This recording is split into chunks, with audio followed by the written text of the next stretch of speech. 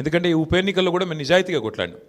ప్రజా సమస్యలనే కేంద్ర బిందువుగా చేసుకొని ప్రజలనే ఎజెండాగా చేసుకొని ఎన్నికల్లో డెఫినెట్గా చిత్తశుద్ధితో నిజాయితీగా మేము కొట్లాడినాం.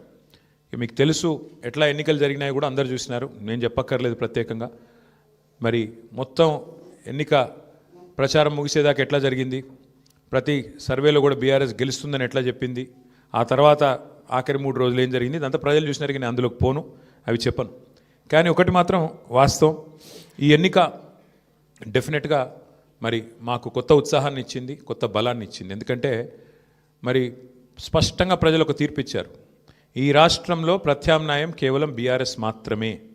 ఇంకా అది అందులో అనుమానమే లేకుండా ఖచ్చితంగా ఈ ప్రభుత్వం ఏదైతే పనిచేస్తుందో వారికి ప్రత్యామ్నాయంగా పోరాడుతున్న ఒకే ఒక్క పార్టీ బీఆర్ఎస్ అనే మాట స్పష్టంగా ప్రజలు చెప్పారు. డెఫినెట్గా దాన్ని కూడా మేము మాకు ఒక సానుకూల అంశంగానే తీసుకుంటా ఉన్నాం. సరే, ఇక ఈ ఎన్నికల్లో ఏ రకంగా అధికార యంత్రాంగం మోహరించింది, ఏ రకంగా వారు పనిచేశారు, ఇవన్నీ కూడా మీ కళ్ళ ముందున్నాయి. నేను వాటి విషయంలోకి ఎక్కువగా పోను. 2014 నుంచి 2023 మధ్యన కూడా చాలా ఉప ఎన్నికలు మన రాష్ట్రంలో జరిగినాయి. దాదాపు 7 ఉప ఎన్నికలు జరిగినాయి. ఈ 7 ఉప ఎన్నికలు పాలేరు కానీ, నారాయణ ఖేడ్ కానీ, హుజూర్ నగర్ కానీ, దుబ్బాక కానీ, నాగార్జున సాగర్ కానీ, హుజూరాబాద్ కానీ, మునుగోడు కానీ, ఈ అన్ని ఉప ఎన్నికల్లో మీరు ఆ రోజు కనుక గమనించినట్టయితే అప్పటి ప్రతిపక్ష పార్టీ కాంగ్రెస్ పార్టీ, ప్రధాన ప్రతిపక్ష పార్టీ, ఒక్క ఉప ఎన్నికల్లో కూడా గెలవలేదు. 7 ఉప ఎన్నికల్లో మేము దాదాపు అన్ని గెలిచాం, దాదాపు 5 గెలిచాం, ఒక 2 ఓడిపోయాం అంతే తప్ప.